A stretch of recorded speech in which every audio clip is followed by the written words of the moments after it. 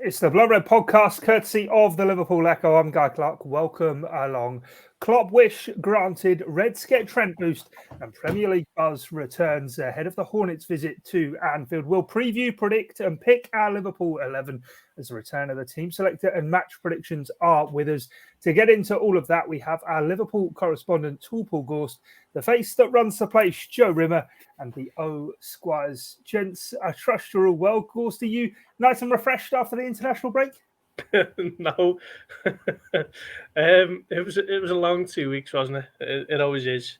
But I think from a Liverpool perspective, I think Liverpool will have needed this break because of the storm they're about to take on in April. Clarke was saying before, 8 games is a lot, and he's wrong. It's in fact 9 games, and it's probably going to be 10 if you get past Benfica in the Champions League quarterfinals. So all to play for in April. So I think for once, our international break probably came at a nice time for Liverpool, even though on the other side of it, I was actually making the point that it's probably come at the wrong time for them, and Manchester City will be glad of it. But having had it, a week off, chance to get the likes of Trent, we're going to talk about in a minute, a little bit fitter than he was 2 weeks ago, then I think it's coming at a nice time for Liverpool, and it's all systems go from tomorrow, isn't it? Yeah, 1st of April, Joe. No fools here on Blood Red. No Doily with us today. You keeping well?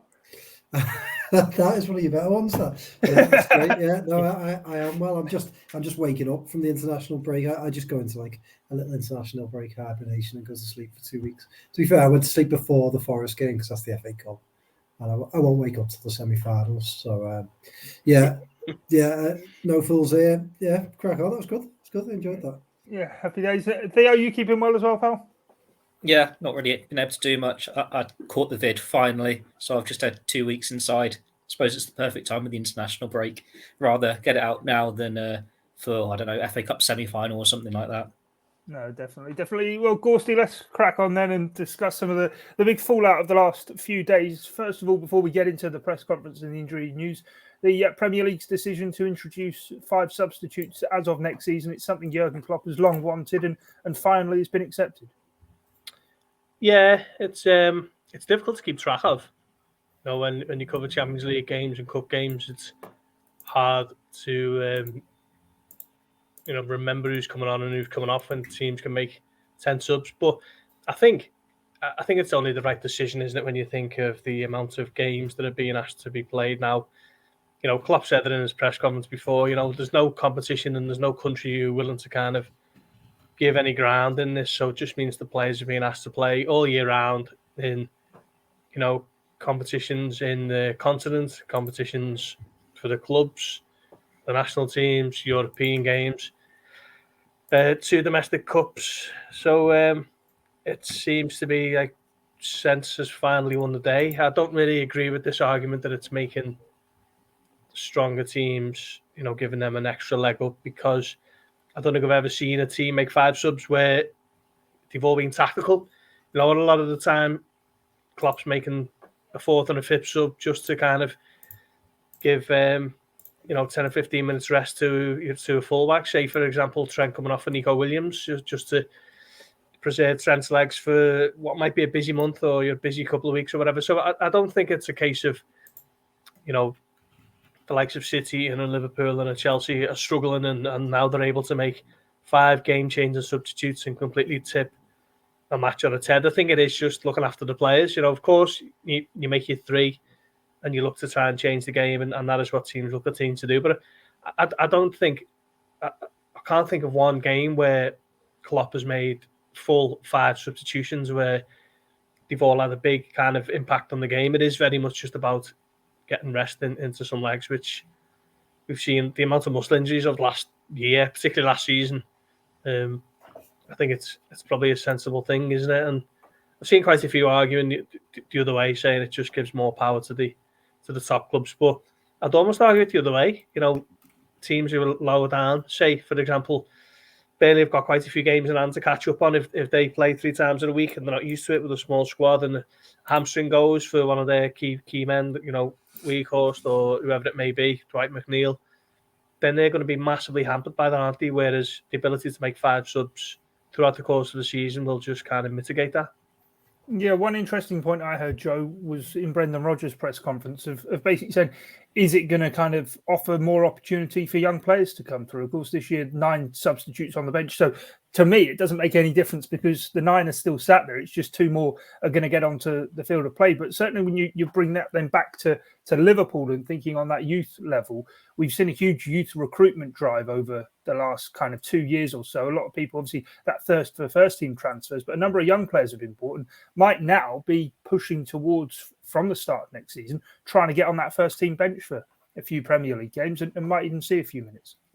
Yeah, and you don't even have to go that young, do you? You look at Harvey Elliott and Curtis Jones. Well, they're 2 players who've been in and out of the team and in and out of the squad in recent weeks, and I'm sure they'll be happy because they probably will get more opportunities. I don't.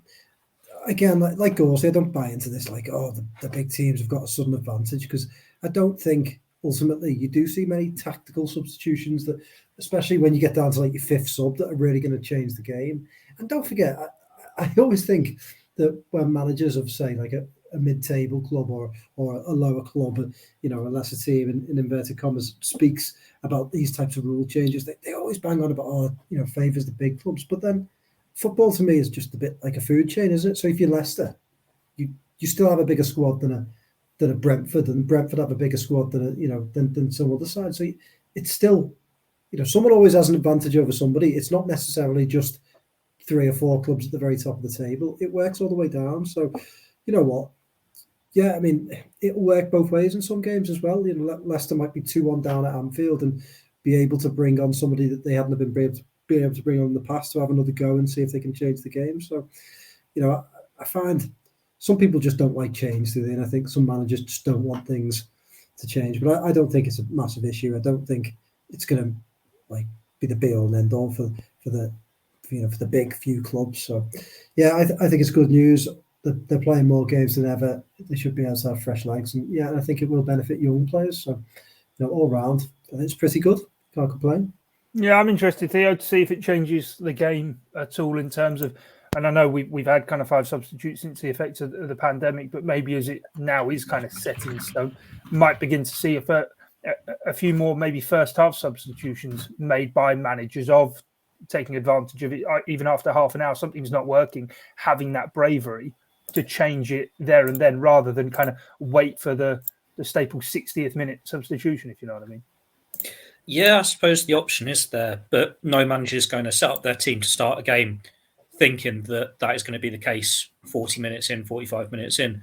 Liverpool had to do it against Leicester in the League Cup. I think Klopp made, 3 substitutions at half-time because it named a team that was probably too young for that game and they was really struggling. He put out a more senior side and they turned it around. But realistically, how often is that going to happen in the Premier League? Like Liverpool, Man City, Chelsea, these are the best teams in the country, in Europe, in the world.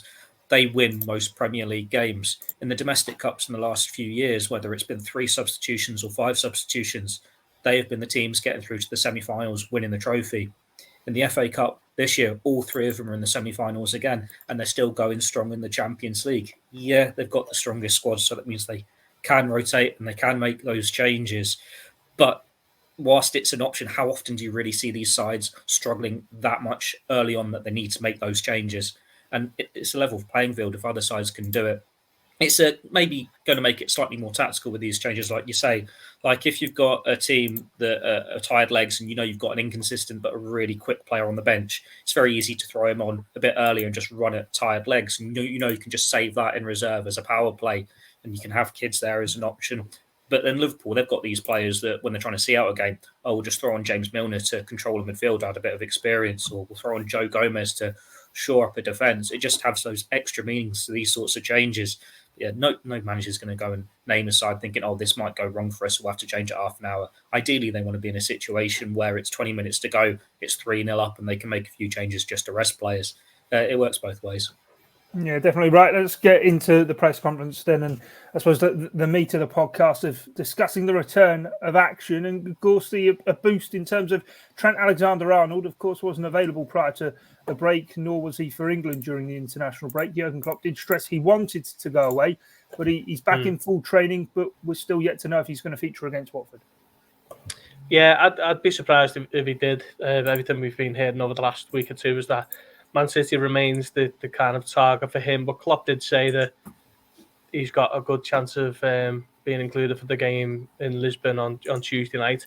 What tends to happen with Klopp is, if a player needs to play 2 training sessions with the full group before they're considered for selection. So Trent will only have 1, won't he, tonight, if he is back in full training. So I'd imagine tomorrow afternoon, particularly with it being an R12 game as well, it's probably come a bit too soon for him. And I think Liverpool would have one eye on next week and think that those 2 games are probably too big to be risking them, when you consider that they're playing at home against Watford. So, a Joe Gomez or a James Milner should theoretically be fine to be thrown in and give Trent an extra few days rest. So, don't expect them to start tomorrow. But I think it was quite interesting how Klopp kind of unprompted went out of his way to say that, Trent wanted to go with England and basically trying to calm this idea that if it wasn't in anyone else's head, it certainly must have been in his, because he came out with it. But this idea that there was nothing wrong with Trent, and it was all just kind of, like you've got a hammy and you don't have to go with England and we can rest up for the big month. I don't think that was the case, but I think just the way Klopp kind of went off, on a tangent of his own, suggests that maybe he thought some people were thinking that, but I don't think that was the case anyway. I think, even though Trent hasn't played anywhere near as much as he would have liked to for England, I think he'd never kind of share out of a call-up, and I imagine he will be fit and firing for next week. Joe, what's your take on it? A risk worth taking of, obviously, we know in the Premier League, Liverpool need to hunt down City and take every point that they possibly can, but equally with the week that's on the horizon or following this Watford game, probably best to make sure he's at 100%, certainly for that City showdown. Yeah, exactly. I think, look, I think you could have him on the bench against Watford if he's fit and, if you desperately need to change things and you can bring him on, but you would expect Liverpool to have too much for Watford, so I personally wouldn't be risking him. I think you could play Gomez or Milner there and feel pretty safe. I think Sarr plays down the other side, doesn't he? And he's their best attacker. So yeah, I think I certainly wouldn't be risking him. If he's fit for Benfica, I'd be tempted to use him there because look, with the Champions League coming up, if you can win that first leg in Portugal, go back to Anfield with a decent lead, you'd be feeling confident. You might even be able to make changes for the Anfield game. So I'd be tempted to play him against Benfica if they've got him. But yeah, I certainly wouldn't risk him against Watford if there's any doubt, especially with a hamstring injury. They're just not. They're not the types of injuries that people recover well if they do them over and over again. We've seen players in the past. I always remember Owen growing up seems to have a hamstring injury after hamstring injury. So, I'm sure Liverpool know that, and I'm sure Liverpool won't risk him if there's any risk at all. So, yeah, I don't think it's worth it against Watford. Yeah, never ran fast enough myself to pull a hamstring. So, no. Theo, I know you're in the same. He's never run. Yeah, especially not playing for us. I don't think I've ever seen him run. There's a thing. Well, to be fair, I know Theo's never run anyway. I've seen him playing football. He just kicks everyone. Theo, in terms of it, big opportunity, I suppose, for Joe Gomez. A lot of talk during the international break that he might look for pastures new to try and force his way into that World Cup squad in the summer. I suppose this is going to be an audition for him, is it? Playing at right back like he did against Norwich? Yes and no. It's a chance for him to play some football, get some minutes in those legs. He's not played nearly enough this season, and it has cost him his international place.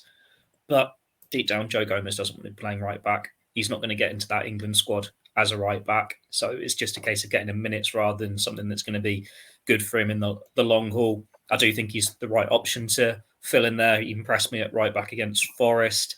I'm still getting flashbacks to how Milner struggled against Man City, and with that game on the horizon, if Trent had a setback in the week, you'd rather have Joe Gomez at right back against City than James Milner. But then you think Watford, they've got Sarr, who must be one of the quickest players in the Premier League. If he's running at James Milner, that could end quite nastily. So it does suit Joe Gomez to have a bit of pace there. He's been unlucky this season. He's not had a run of games, and Klopp's referenced that himself. We know how talented he is. He's just got some of the hardest competition that you're going to find at centre-back.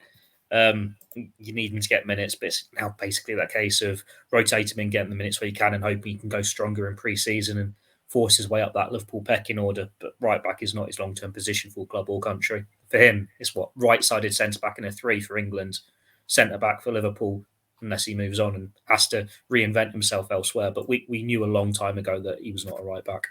No, maybe not quite got the versatility of a Ben White, but anyway, we'll move on from that one. Gorsty, you mentioned before the England thing with Trent, unprompted by Jurgen Klopp. He kind of did something similar about the atmosphere he wants to see at Anfield. Often we know half-12s, they're not a raucous occasion, and so often with Liverpool and with Anfield, it's put out the great European nights, the atmosphere that can be created. But I thought it was great of Klopp to actually front it up and say, look, if you're not going to come and make an atmosphere, give your ticket to someone else. It reminded me of the City game. Was it November 2019, October 2019, when he said even the guy selling the hot dogs needs to be at his very best. He's kind of already playing the role of geeing everyone up. And I get the feeling not just for this game, but now for the remainder of the season, it's time to turn it on.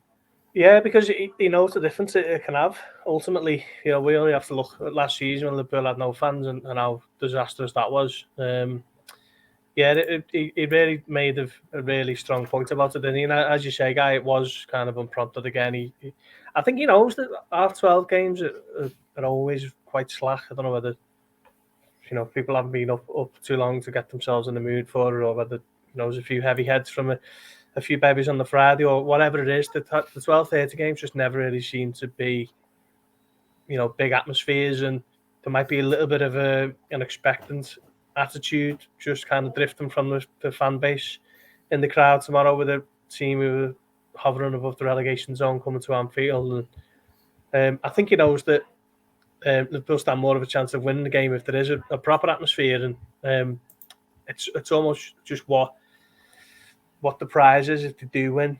They might it might only be for a couple of hours, but they can go top of the Premier League, and what a kind of big psychological thing that'd be for Liverpool to go top in April, having fought back from 11, 12, 13 points behind City just a couple of weeks ago. So, he was keen to point that out. I hope it does have an impact as well. I hope people have listened and do kind of create a little bit of a din tomorrow.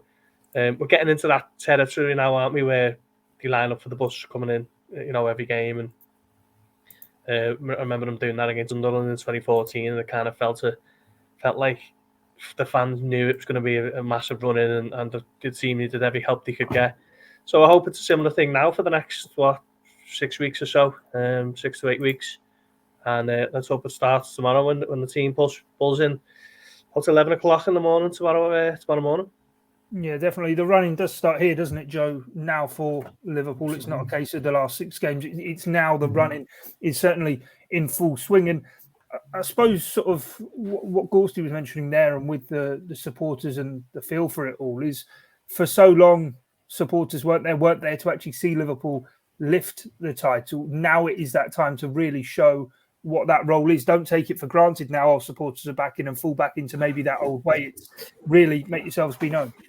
That's it. I mean, Liverpool fans have got that extra motivation, and their team won the title at the worst possible time, and they'll want to see them lift it. I always remember Klopp would talk about the parade that they were going to have after they won the title. They'd still be talking about it, wouldn't they? A few months later, he'd say, "When it's safe, we'll have a parade." Well, understandably, they never had that parade, so let's see them have a parade with a couple. So Liverpool fans have got the extra motivation. I'm sure that they will make this a very noisy end to the season. There's so much to play for, so many big occasions. No one's going to want to come to Anfield. Albeit, this is probably the one from the run-in now that I think Klopp's right to try and G them up, because, like Gorsty said, 12:30, he seemed to have that sleepy sort of thing, don't they, before you go into them. So I think an early goal or a decision might wake them up, but it'd be good if Anfield's bouncing tomorrow and Liverpool set the tone. And I think one of the key things, I haven't looked at the fixture list, so I don't know how many times it's happened, but I always think going first is great. When you got the running, because Liverpool felt like they were going first the year. City pipped them to it, and City obviously always followed pretty well. but it just puts that pressure on, doesn't it? And even if City are away at Burnley, which feels like a game that they should win, if Liverpool go first tomorrow, wipe the floor with Watford, then there's that little bit of extra pressure in that Burnley game that says you can't even draw, you can't make mistakes. And, I just think it's a psychological advantage Liverpool can have. So whenever they go first, I think it's an advantage. I think they should take it. And I think Anfield will recognise that. And it should be an interesting end to the season. It will be really good, for the City if they can have that parade. Yeah, my international break was that boring. I was caught watching Premier League years at one stage and saw the 18-19 season and forgot about City. Yeah, forgot about City going to Turf Moor, and much like kind of the John Stones moment with Mane, it was just goal line technology, the ball just over the line, that actually helped them get over Burnley at Turf Moor on that occasion. Of course, similar game for them. Theo, how significant is it Liverpool, whether it's half an hour, whether it's 2.5 hours, can go ahead of Manchester City in the Premier League? And I think I'm right in saying lead the Premier League for the first time since September. Chelsea and Man City have both had a go at leading the way. It's about being there at the end, though, isn't it? Yeah, it's Liverpool have the chance to become the hunted, having been the hunted for so long, and it's a situation that I don't think any of us saw mid-January time when City beat Chelsea. That felt like a day where the title would be won. And like Joe's pointed out about Liverpool going first, well, they went first when City lost to Spurs, when they've dropped points in this run. Liverpool have gone first. They have put that pressure on them, and they've been able to have it themselves without any pressure because they've had those games in hand, and because no one expected them to be in this situation at this point, having been so far behind.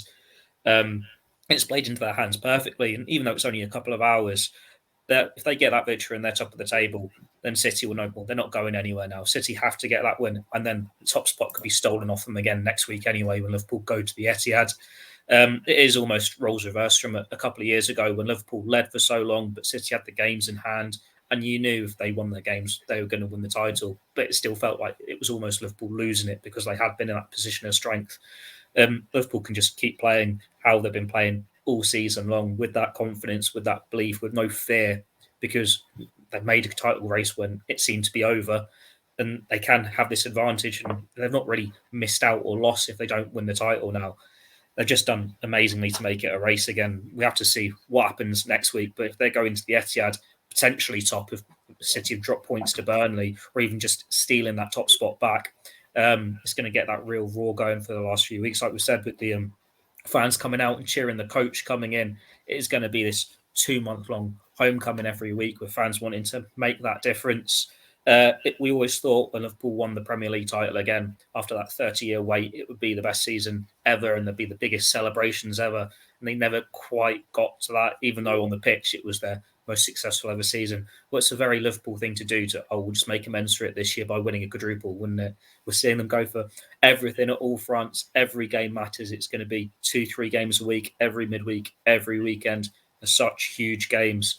It might only be Watford at 12:30 to start it all off, but that's maybe the game you want to kick it all off to get that life going, because there's not going to be any moment for rest when you're playing Benfica, City, United, Everton. I think you've got Tottenham in that run somewhere. You've got Champions League semi-finals potentially in that run somewhere.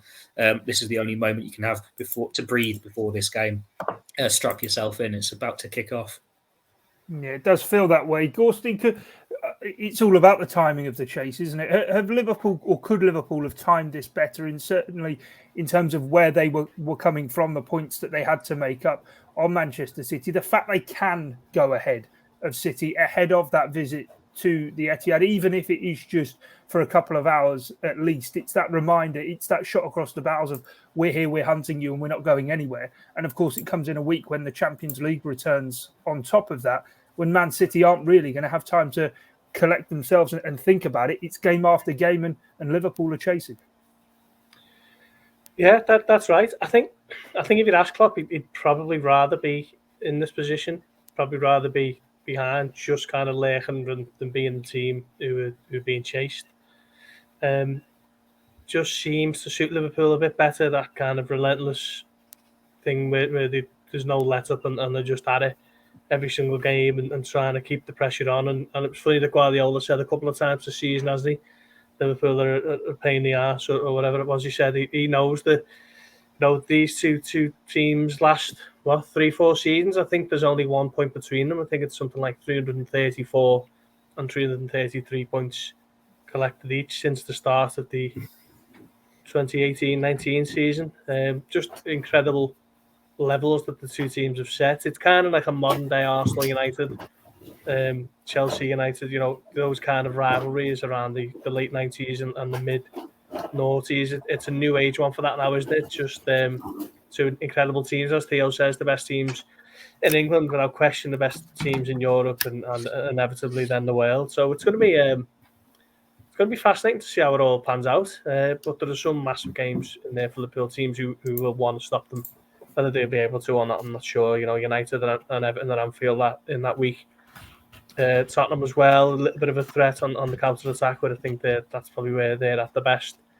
So it's going to be a huge month, and it's all to play for, isn't it? So let's just see what they can go for, what they end up with, and I'd be shocked if Liverpool finished the season with just the Carabao Cup for their efforts.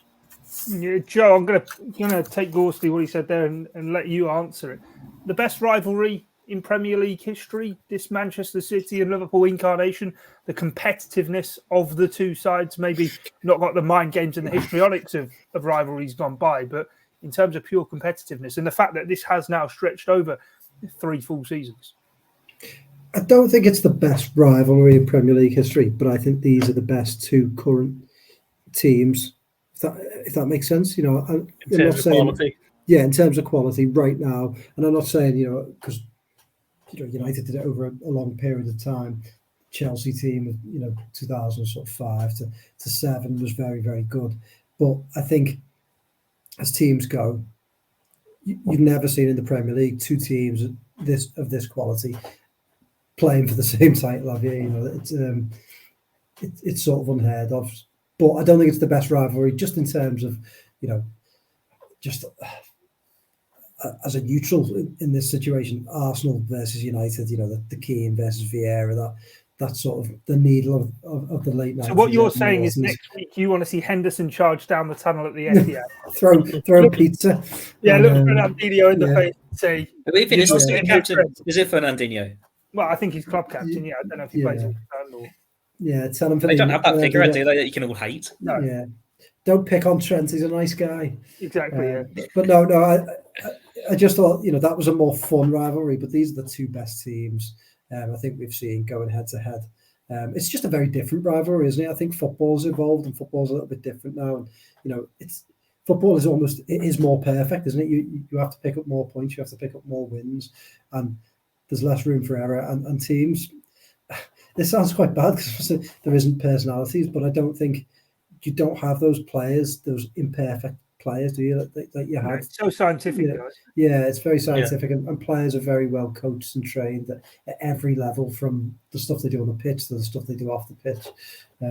So I wouldn't say it's the best rivalry. It's not the most fascinating to watch in terms of drama, but it's the best.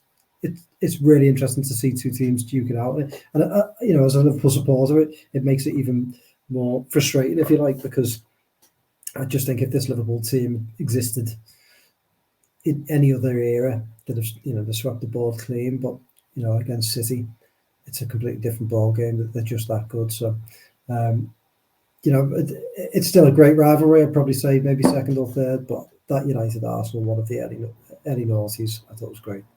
I personally think it's the most. I think it's the most gripping week in, week out because of that, knowing that both sides can win it. I think when United and Arsenal clashed, that was more fiery and that was more exciting. Yeah. That's what I mean. It's more drama. High strung, isn't it? Just no real weakness in either team, no margin for error. Look at Liverpool got 97 points and didn't win the league. And I was going to say I don't support either side, but 2019 that run-in, I watched every game of Liverpool and Manchester City of just pure amazement of what was going to happen. I don't think the other rivalries have had that, but equally when they come together, there's you want it to be something so much more, but it's not. But you can accept it. There's There's not that villain in this because it is such quality football and there's so much respect from them, and the managers make sure that every time they speak about each other, there's that respect they have for each other.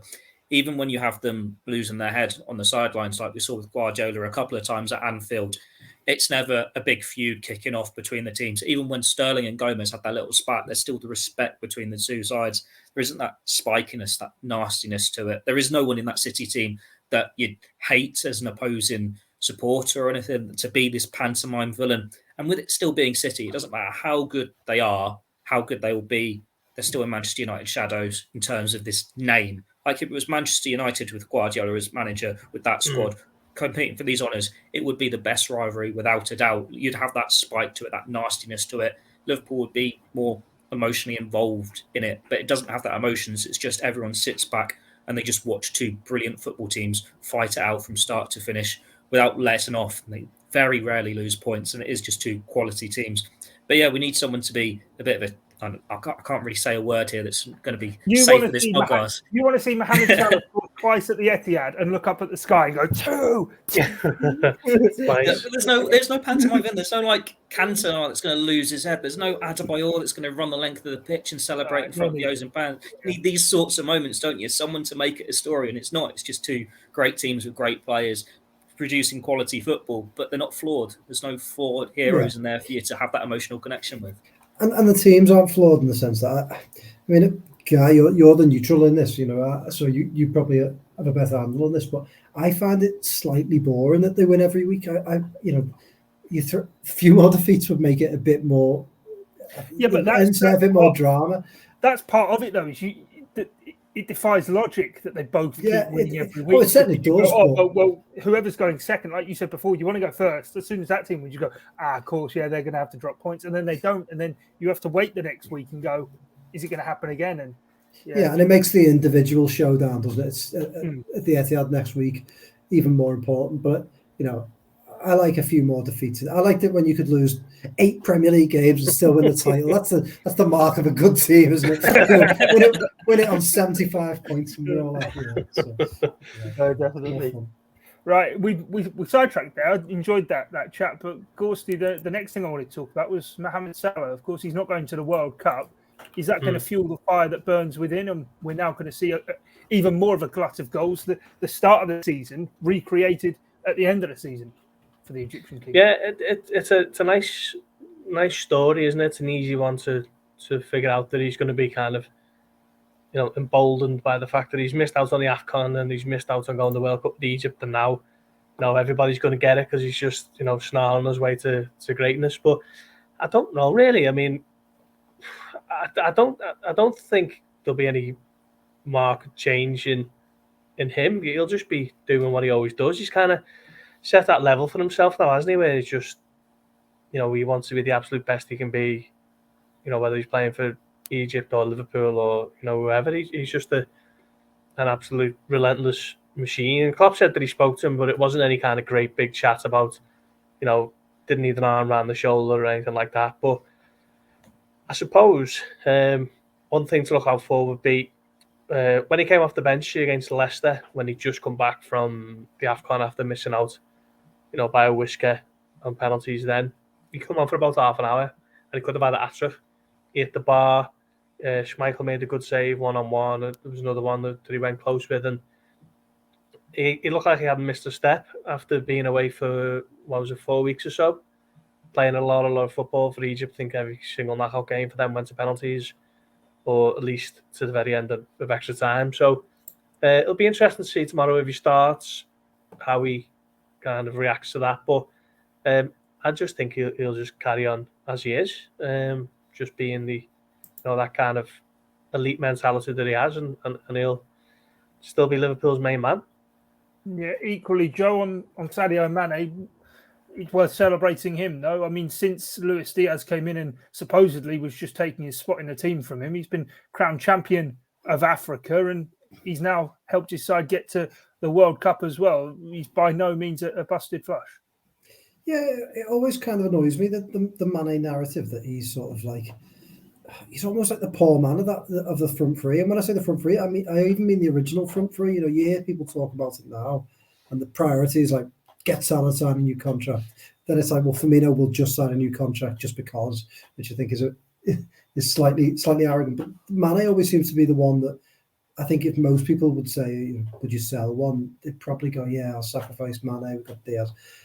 I think Mane is like, could walk into any team on planet Earth, and I think that we overlook him sometimes a real shame. And I almost get the feeling he feels that as well, and that's why these wins for Senegal are big for him, because I think there is.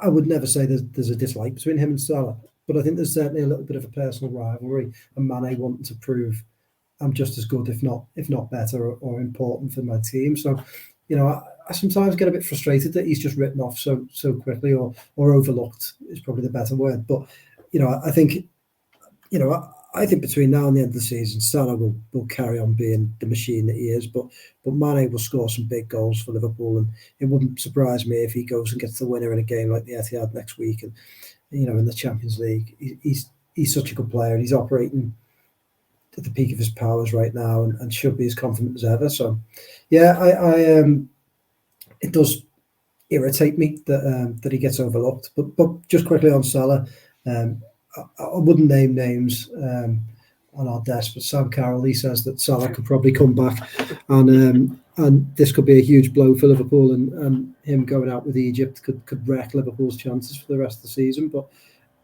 I'm just not having it. I just think the way Salah is, he'll come back angry and ready to prove to everyone what he's made of. And I think he was back in training, within about 30 seconds of his plane touching down, wasn't he? So, I just wouldn't be surprised if he comes back, knocks a hat-trick past Watford, and carries on the way he left off. So, yeah, won't name names, but Sam's totally wrong with that. It's interesting when you look at that, because I was going to say, just worth noting, the same Sam Carroll who thought Sandro Ramirez was going to challenge for the Golden Boot upon signing for Everton. But we're not an Everton podcast, yeah.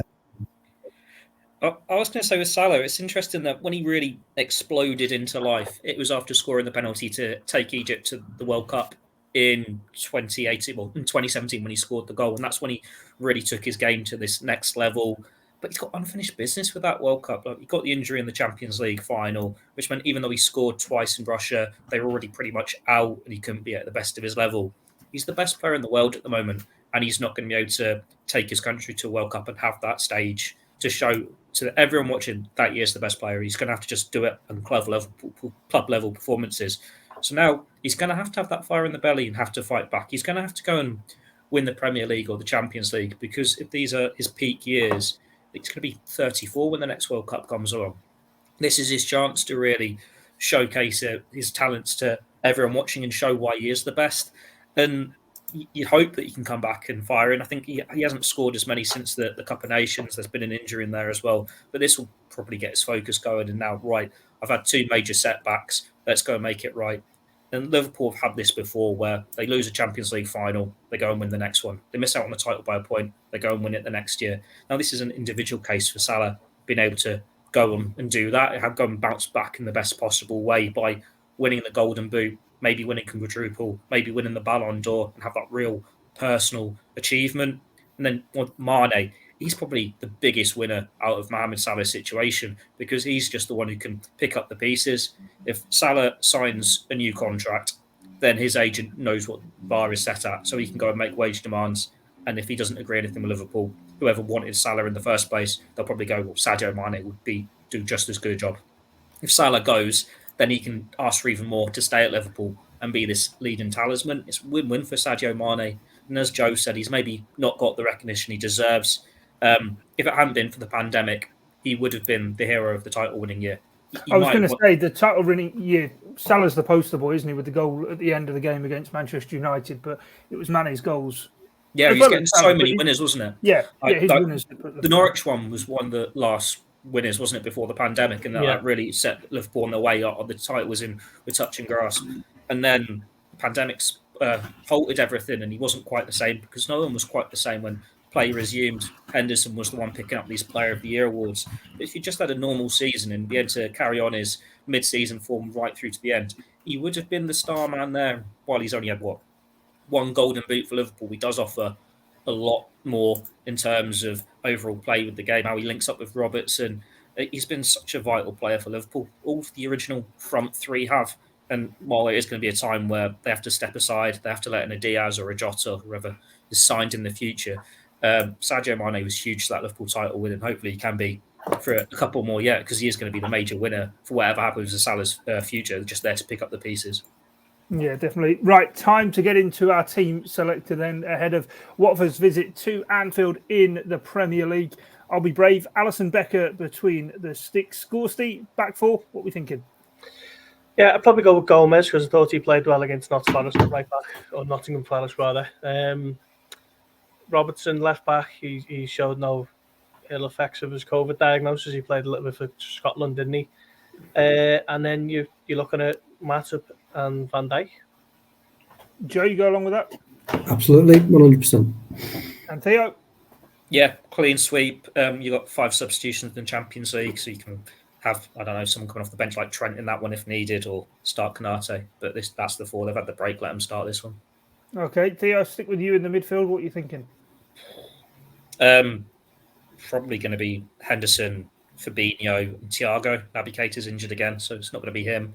So those are the first choice 3. It's normally 3 into 4, and when there's only 3 available, it's an easy 3. Joe, do you agree with that as well, or? Sorry, say again. I missed you there because Sam sent me a message. His ears burning. Yeah. Do you agree with Theo's 3 for that midfield? I didn't hear his 3. That's the thing. Fabhendo, Thiago. Fabhendo, Thiago. Deep 3. Yeah, I think so. I'm just trying to think. Keita's obviously not fit. I would have started Keita if he'd been fit, but as always seems to be the way, the games that you eye up for Keita, he's not fit for. So I'd have started him. Yeah, I think so. I think it's a strange one, this game, because it feels like the game. If it was sandwiched in between a couple, you rotate, but because they're coming straight back into it, you want to win, don't you? So I would go strong and probably rotate a couple in Portugal. And lay down that marker, I suppose, for Man City. Gorsty, is that your thinking too? Yeah, it's a good theory, and it's got a lot of weight to it, but I'm not sure whether I'd maybe give Jones a go. I just think with Thiago, you can't get... I don't see Thiago playing. If Liverpool go all the way in every competition, I think they've got 16 games left. I don't see him being able to play, all 16 of them. So you've got to use him sparingly, I think so. Fabinho, Henderson, and I'll give Curtis Jones a run out.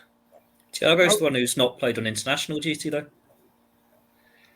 Yeah, but I just think he's had injury problems, hasn't he, throughout his time at Liverpool and beyond just this season, and it'd just be a shame for him to pick up a little knock that might keep him out for another 2 or 3 weeks against a team who you'd imagine Liverpool can get by without him. I know I should know my place, and I ask the questions and move on, but nobody thinking Harvey Elliott's worth a shout in this. Like Gorsty's saying there, did Jones and Elliott play one each of Benfica and Watford, and which way round, or is it just a sub role for Harvey Elliott? I'd probably give Elliott Benfica. Like, he had the San Siro game against Inter. Seems it suits him a bit more at the moment, but he's still feeling his way back in. I'd rather keep some consistency. So, I'd almost have the midfield that plays the start of this one, all being fit, play against City next week. So, if it's Fab, Henderson and Thiago in this one, I would have them play again against City and then tweak it so it could be an Elliott or a Jones in Benfica, or Keita had he been fit. So, yeah. Okay, fair enough. Joe, what about the forward line then? Where the options are? I'd go old school and go Mane, Firmino, Salah. I think Firmino likes a goal against Watford, doesn't he? I took against him, didn't he? Yeah, and I think Mane is in good form, and like I said, I think Salah will also come back with the bit between his teeth. And I know Diaz suffered disappointment on international duty, and he's had quite a bit of football again. He's going to be going back to Portugal in midweek, his old stomping ground. So I'd play him in there and possibly just play the original front 3. Is it the game, Gorsty, that suits Firmino best as well against kind of those relegation threatened sides? I always picture in my mind the game against Newcastle at the start of that 1920 season where he just dropped off the forward line. Lovely little flick, and I think it was Mane scored on that occasion. He always does well against these lesser teams like your Watfords and your Arsenals. Yeah, I was going to say Spurs, to be fair. That's he come on as a sub actually in that game against Newcastle and was just unbelievable. I can see Joe's thinking in terms of it being the traditional front three, as I think they'll forever be collectively known, even when they don't play for Liverpool anymore. They'll just be, they'll have reunions for the front three. Jota, he played for Portugal in both games, didn't he? And Luis Diaz has played in Bolivia and somewhere else in South America. I should know this. I'm literally writing about it today, but he played pretty much the full, both matches. I think he played 70 minutes in one and 80 odd minutes in the other. So maybe he can have a little bit of a rest, and we'll give Salah, Mane, and Firmino a go. Venezuela on Wednesday was where he was. Yeah. Where'd you put that from, Guy? The internet. Yeah. He's read my piece from Wednesday. Yeah, exactly. Theo, what about yourself? Joe's won me over. I reckon traditional front three. They got that form against Watford, as he said. It would have been that three that started for the away game earlier in the season. I can't remember. I think it was because I remember. It was, yeah. I remember what's his name, the left, Danny Rose getting.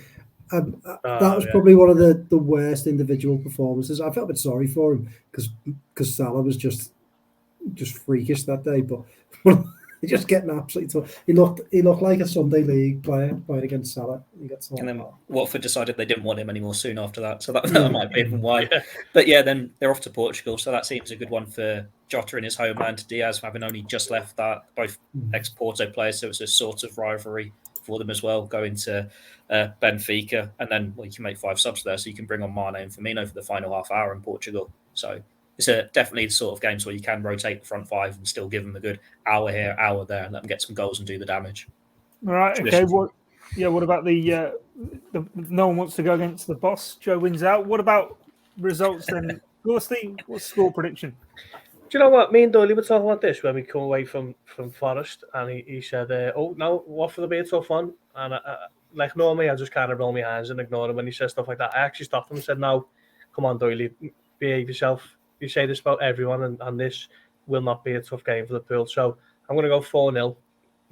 I'd love to be a fly on the wall. I'd love to be a fly on the wall. Eternal pessimist, Ian Doyle and Gorsty there, the ray of optimism. But okay, 4-0 for Gorsty. Joe, yourself? Yeah, I mean, Doyley does look like, if Watford get a corner in the first minute tomorrow, we'll get a sweet set. It'll be hard for Liverpool from here. It's always the Doyley way. But yeah, Watford seems 3-0. Theo? Was it a lunchtime kickoff when they won 5-0 at Vicarage Road as well? Yeah. Okay, no comment. 3-0 as well. I think it's going to be a bit tougher than a 5-0, but they should still have enough about them to get the win they need. Okay, brilliant stuff. We'll keep across it, of course, across the Liverpool Echo website. I'm sure he's Doyley on blogging duty. Joe, will he be there with his optimism in the blog? Yeah, and his great optimism will be there. Deep down he loves it, doesn't he? He makes out like he's Liverpool are going to lose, but deep down he absolutely loves it when they win. Of course he does. Of course he does. We'll have plenty of reaction, of course, across the Blood Red channel as well, whether that is the audio channels, wherever it is you get your podcasts from, or if it is the YouTube channel indeed. Thanks for joining us. Myself, Guy Clarke, Joe Rimmer, Paul Gorst, and Theo Squires. Until next time, it's bye for now.